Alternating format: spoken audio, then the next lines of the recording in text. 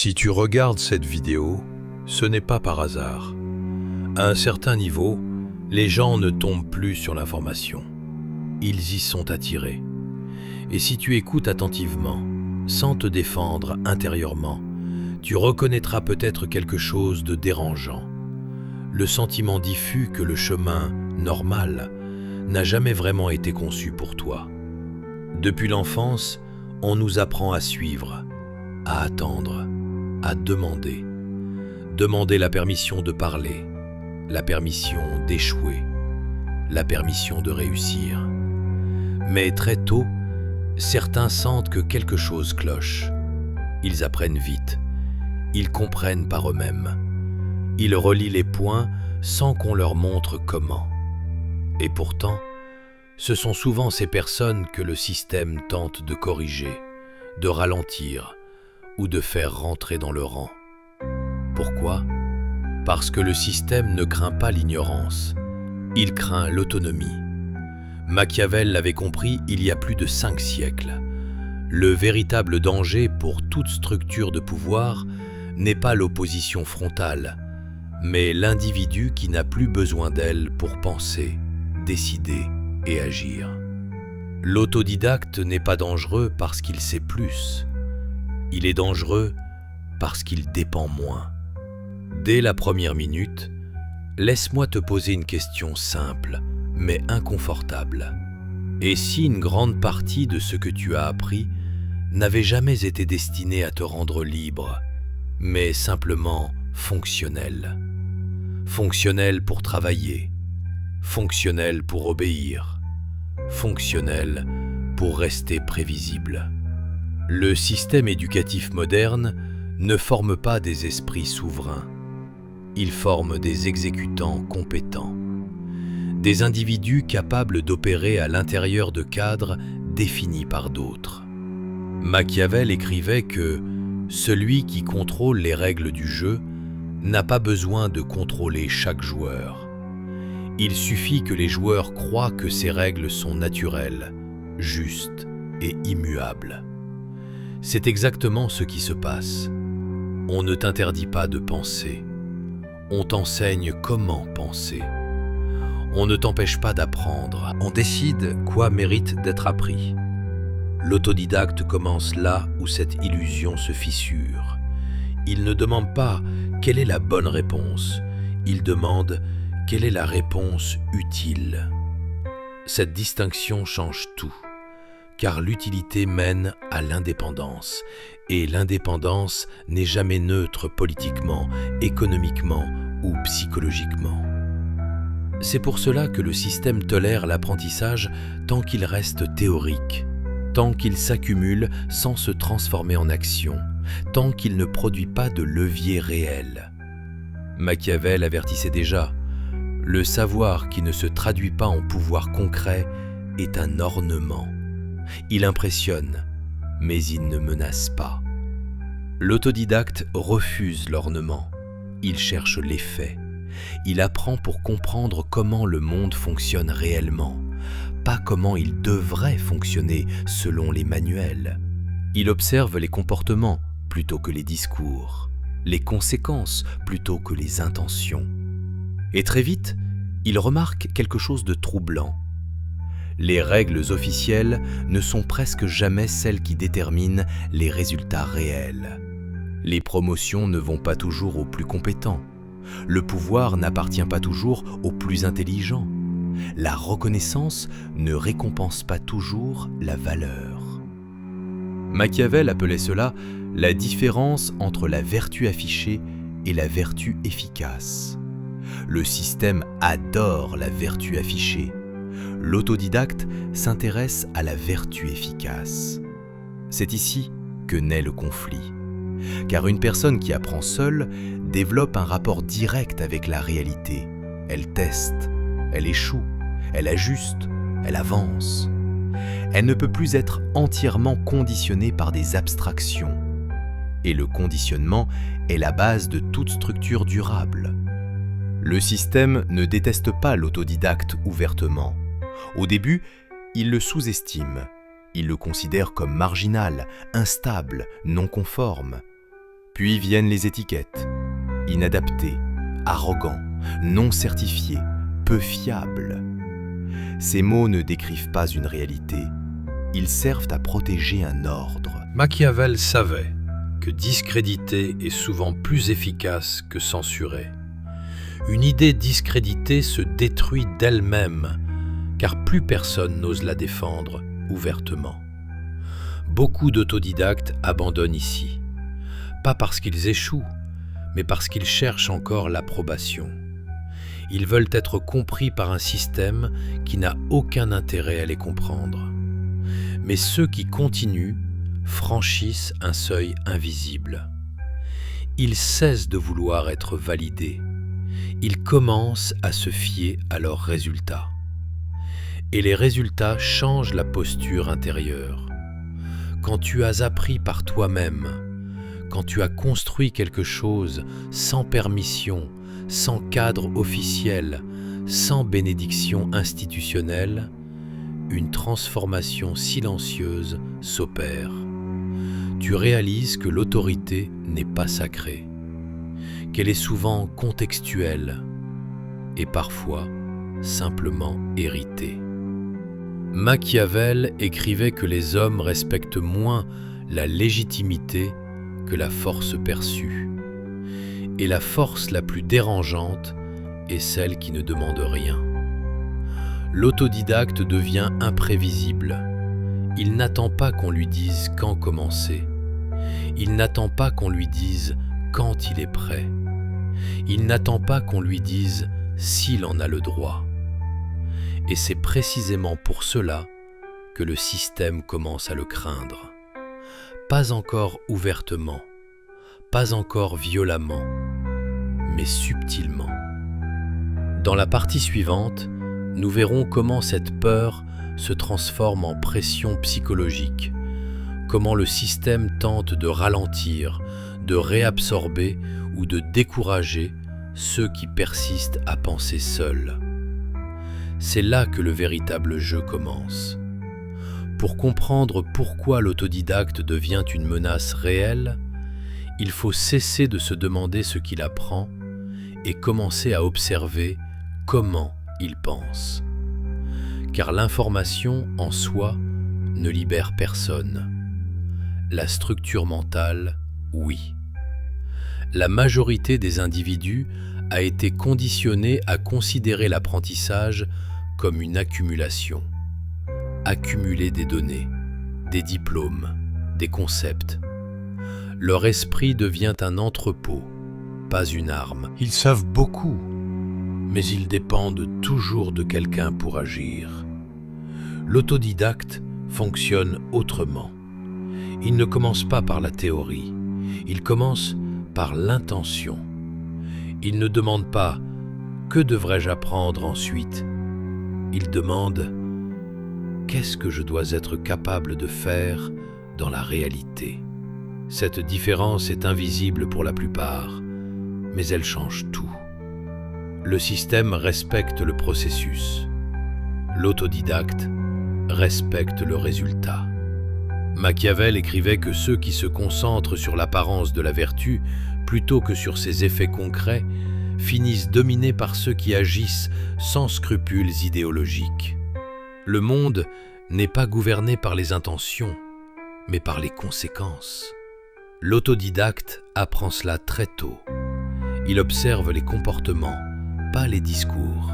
Il étudie ce qui fonctionne, pas ce qui est moralement applaudi. Il teste, échoue, ajuste. Et ce mode d'apprentissage produit quelque chose que le système ne peut pas standardiser. Le jugement personnel. Le jugement est dangereux, car une personne dotée de jugement n'attend plus de directives claires. Elle n'a plus besoin qu'on lui dise quoi penser, ni quand agir. Elle interprète la réalité par elle-même. Le système préfère les personnes intelligentes mais dépendantes. Il se méfie des personnes compétentes et autonomes. C'est pour cela que l'apprentissage autodirigé est souvent présenté comme incomplet, risqué, superficiel. Non pas parce qu'il l'est réellement, mais parce qu'il échappe au contrôle. Machiavel le savait. Ce que le pouvoir ne peut pas organiser, il cherche à le discréditer. L'autodidacte ne suit pas un programme linéaire. Il apprend de façon asymétrique.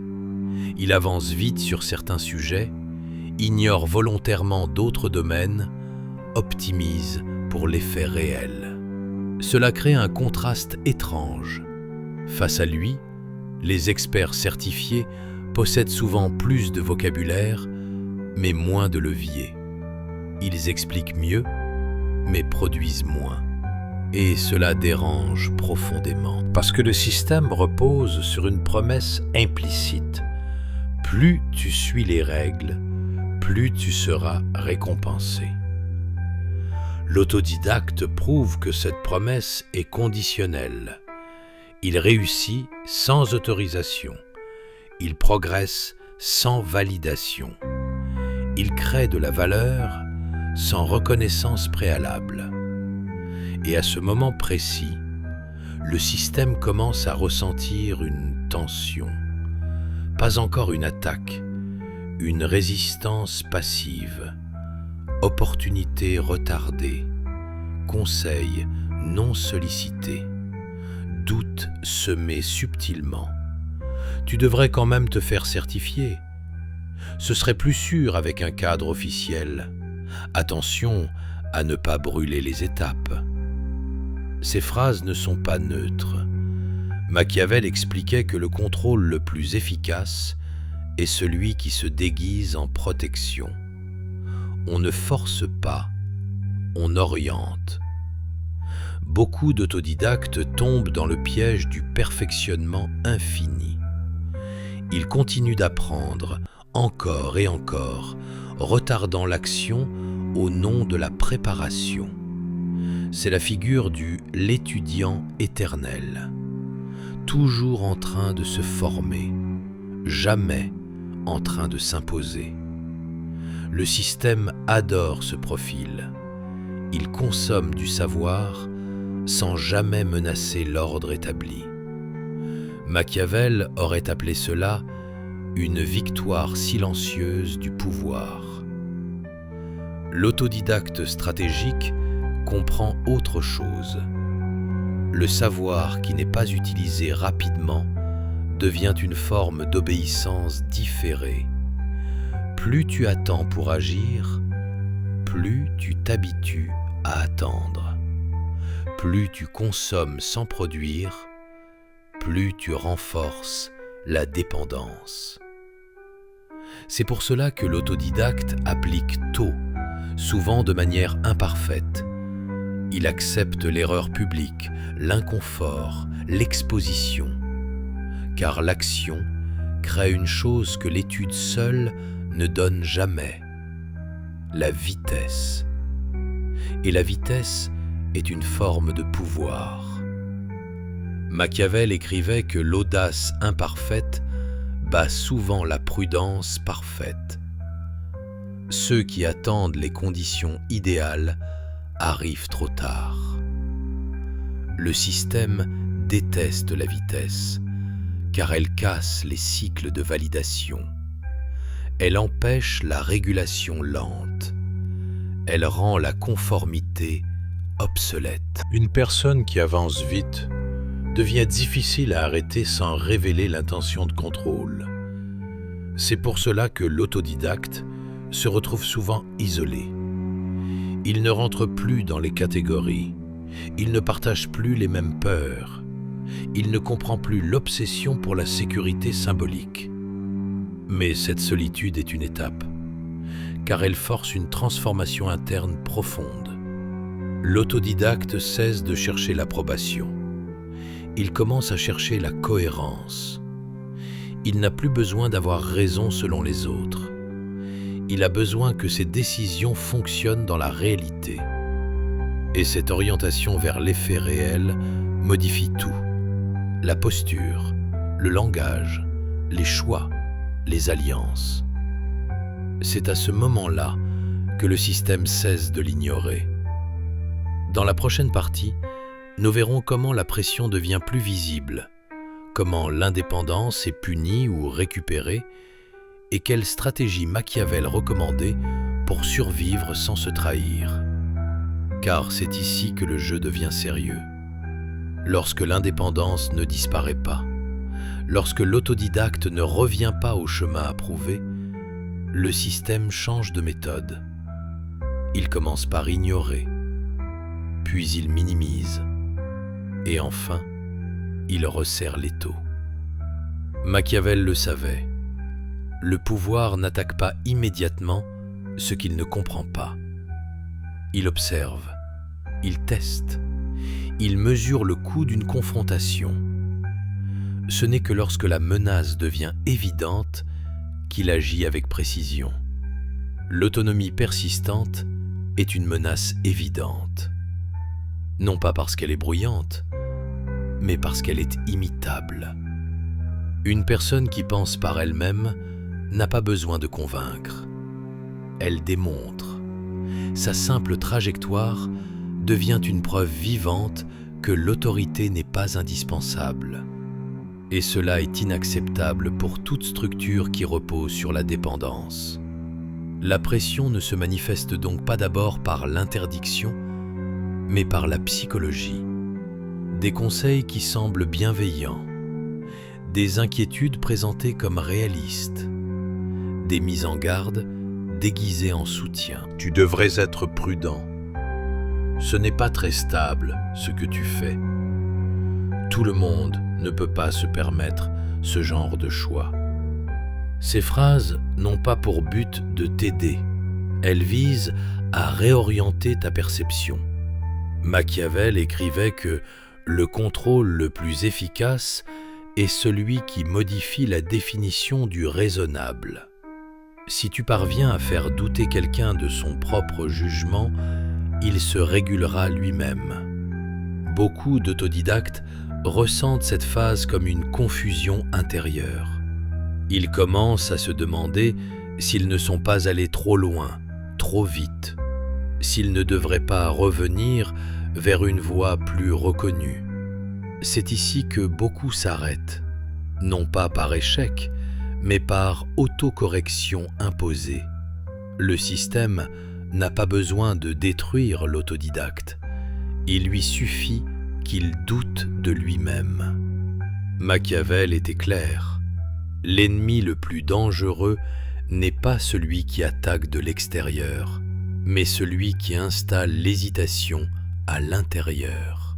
Un esprit qui doute de sa propre capacité à juger est déjà à moitié soumis. La première règle de survie est donc la protection de la clarté mentale. Tout avis n'est pas pertinent. Toute critique n'est pas honnête. Toute inquiétude n'est pas fondée. L'autodidacte apprend à distinguer l'information utile du conditionnement social. Il reconnaît quand une recommandation est en réalité une tentative de normalisation. Lorsque l'indépendance commence à produire des résultats visibles, le système passe à l'étape suivante, l'absorption ou la sanction. S'il peut intégrer, il le fera. On t'offre une reconnaissance officielle, un statut, une légitimité publique, mais toujours à une condition implicite, l'alignement. Parle selon nos règles, explique selon notre langage, valide notre structure. Machiavel avertissait, les faveurs du pouvoir sont rarement gratuites. Elles créent une dette invisible. Celui qui accepte sans calcul se retrouve redevable. L'autodidacte stratégique comprend qu'une validation institutionnelle non maîtrisée réduit sa liberté de manœuvre. Il choisit alors une position subtile, être utile sans être possédé, visible sans être prévisible, reconnu sans être dépendant. C'est l'art de la discrétion stratégique. Tout montrer est une faiblesse. Tout expliquer est une erreur. Tout partager est naïf.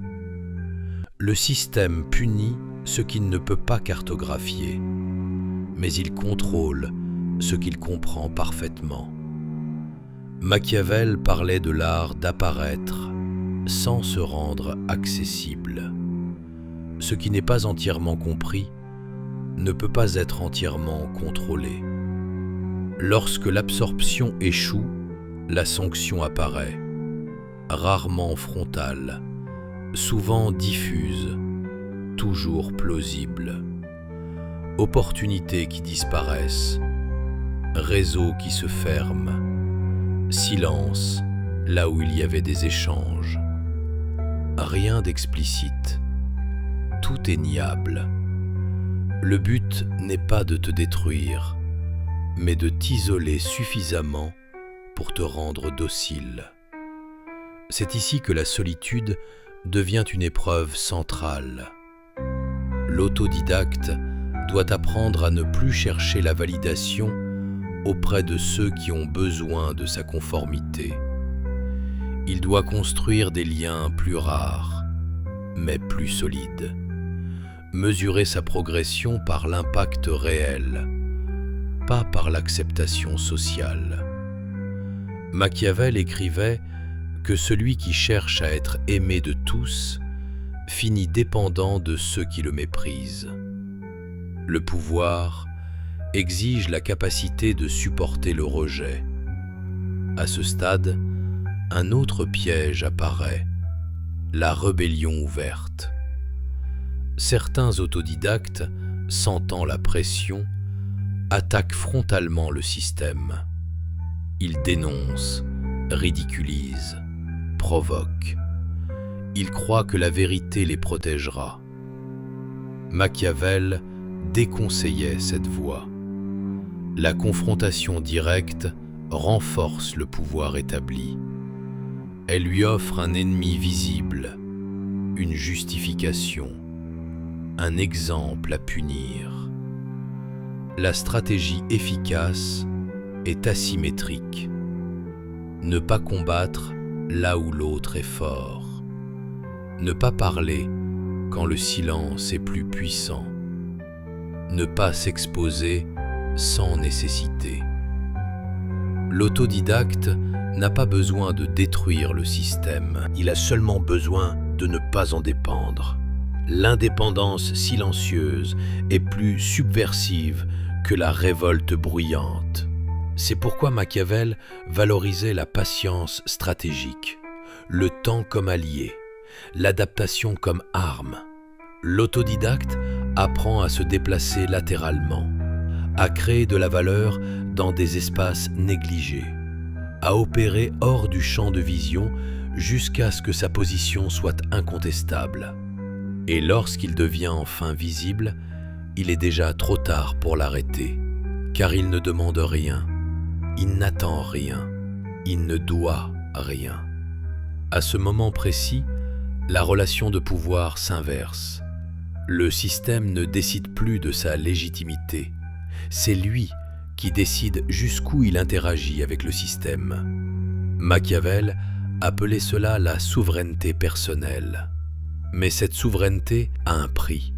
Responsabilité totale, absence d'excuses, impossibilité de déléguer la faute. L'autodidacte qui arrive ici ne peut plus se mentir. Chaque choix lui appartient.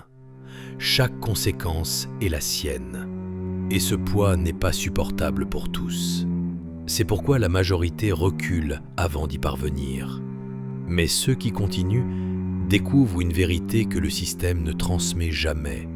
La liberté n'est pas confortable, elle est compétente.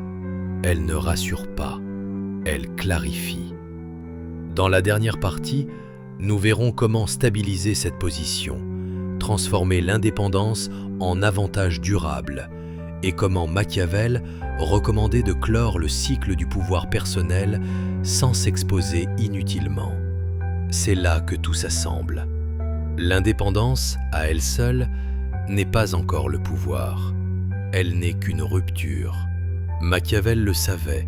Se libérer d'une structure sans en créer une autre, plus adaptée, mène rarement à la stabilité. La liberté sans organisation devient rapidement une faiblesse, puis une fatigue, puis une exposition inutile. Le dernier stade n'est donc pas la fuite du système, mais la consolidation d'une position personnelle qui ne dépend plus de son approbation. L'autodidacte qui arrive ici comprend une vérité inconfortable. Penser librement ne suffit pas. Il faut structurer cette liberté, structurer son temps, structurer ses priorités, structurer ses alliances. Machiavel appelait cela « gouverner sa propre fortune ». La fortune ne favorise pas ceux qui espèrent, mais ceux qui sont prêts à agir quand l'opportunité apparaît. L'autodidacte cesse de réagir aux circonstances et commence à les anticiper. Il choisit consciemment où investir son énergie. Il décide quelle bataille ignorer. Il définit ce qu'est la réussite selon ses propres critères. Car, à ce niveau, une règle devient évidente. Toute opportunité n'est pas un avantage. Le système, lorsqu'il ne peut plus te contrôler, tentera souvent de te disperser. Il offrira de la visibilité sans stabilité, de la reconnaissance sans profondeur, du mouvement sans direction. Machiavel avertissait que le pouvoir se perd plus souvent par dispersion que par attaque. Celui qui court après trop de choses finit par n'en maîtriser aucune. L'autodidacte stratégique apprend alors à dire non. Non aux projets qui fragmentent sa clarté. Non aux alliances qui exigent une loyauté idéologique. Non au chemin qui éloigne de son centre de gravité. Ce centre n'est ni l'ego, ni la rigidité. C'est la cohérence intérieure. La cohérence permet de résister à la pression sans devenir réactionnel. Elle évite la tentation constante de se justifier. Elle transforme l'indépendance en présence stable, non en provocation permanente. Machiavel accordait une grande importance à l'image contrôlée, non pour tromper, mais pour se protéger. Celui qui s'expose totalement devient lisible, donc manipulable. L'autodidacte n'a pas besoin de se raconter. Il a besoin de fonctionner efficacement. Ici apparaît une vérité paradoxale. Plus tu deviens indépendant, moins tu ressens le besoin de le prouver. La véritable autonomie est silencieuse. Elle se perçoit dans les décisions, pas dans les déclarations. Le système le ressent immédiatement. Il n'essaie plus de te corriger. Il n'essaie plus de t'intégrer. Il t'observe. Car tu es devenu une variable imprévisible. Dans la logique machiavélienne, une variable autonome n'est pas combattue à la légère. Elle est gérée avec prudence. C'est à ce stade que l'autodidacte consolide des réseaux discrets, pas des foules, mais des connexions de haute qualité, des individus qui respectent l'indépendance mutuelle, des alliances sans dépendance forcée. Machiavel savait que la loyauté la plus solide naît lorsque personne n'est contraint, là où chacun reste par choix, non par nécessité. L'autodidacte construit alors des écosystèmes réduits mais résilients, où la valeur circule sans bureaucratie, où l'échange est réel, non symbolique. Et progressivement, la pression extérieure diminue, parce qu'il n'y a plus un seul point de rupture, plus une seule source de revenus, plus une seule identité attaquable. L'indépendance devient distribuée. C'est là que se manifeste le pouvoir moderne. Il ne se montre pas comme une domination, il se ressent comme une optionnalité permanente. Machiavel aurait reconnu cette position comme la forme la plus stable de souveraineté, celle qui n'a pas besoin de s'imposer, car elle est déjà intégrée à la vie quotidienne. Mais même ici, un dernier danger subsiste, l'arrogance. Croire que tout est acquis, que la lucidité actuelle est définitive, que l'apprentissage peut s'arrêter. Machiavel mettait en garde contre cette illusion. Le pouvoir se dégrade quand on confond stabilité et permanence. Tout évolue, tout se déplace. La vigilance intérieure ne doit jamais disparaître. L'autodidacte durable entretient une relation vivante avec la réalité. Il observe, il ajuste, il réapprend. Il ne s'attache pas émotionnellement à ses propres conclusions. La flexibilité devient son assurance. Et ainsi, le cycle se referme. Le système ne hait plus l'autodidacte, il le respecte, il l'évite, il le considère à distance. Parce qu'il comprend qu'essayer de le contrôler coûterait trop cher. Et toi, qui as suivi ce chemin jusqu'ici, tu n'es plus exactement la même personne qu'au début. Ta perception s'est affinée, tes filtres ont changé, tes questions sont devenues plus précises. Alors prends un instant conscient. Si ce contenu t'a touché, ce n'est pas un hasard. Les idées qui dérangent sont celles qui réveillent. Celles qui restent sont celles qui transforment. Maintenant, choisis ce que tu vas en faire. Si tu veux continuer à développer cette clarté, abonne-toi, pas par automatisme, mais comme un engagement conscient à explorer des idées que les chemins officiels évitent. Si cette vidéo t'a apporté de la valeur, soutiens-nous avec un like. C'est un geste simple, mais puissant, qui permet à ce message d'atteindre d'autres esprits prêts à l'entendre. Et surtout, pense à une personne proche, quelqu'un avec qui tu aimerais partager cette compréhension. Envoie-lui cette vidéo. Transmettre un savoir réel est une forme de leadership silencieux. Enfin, laisse un commentaire avec le moment ou l'idée qui t'a le plus marqué. Tu ne nous aides pas seulement, tu aides d'autres personnes comme toi à trouver exactement ce dont elles avaient besoin. L'indépendance commence dans l'esprit. Elle se renforce par l'action et elle s'ancre lorsqu'elle est partagée avec intention. Ici ne se termine pas le chemin, ici commence le tien.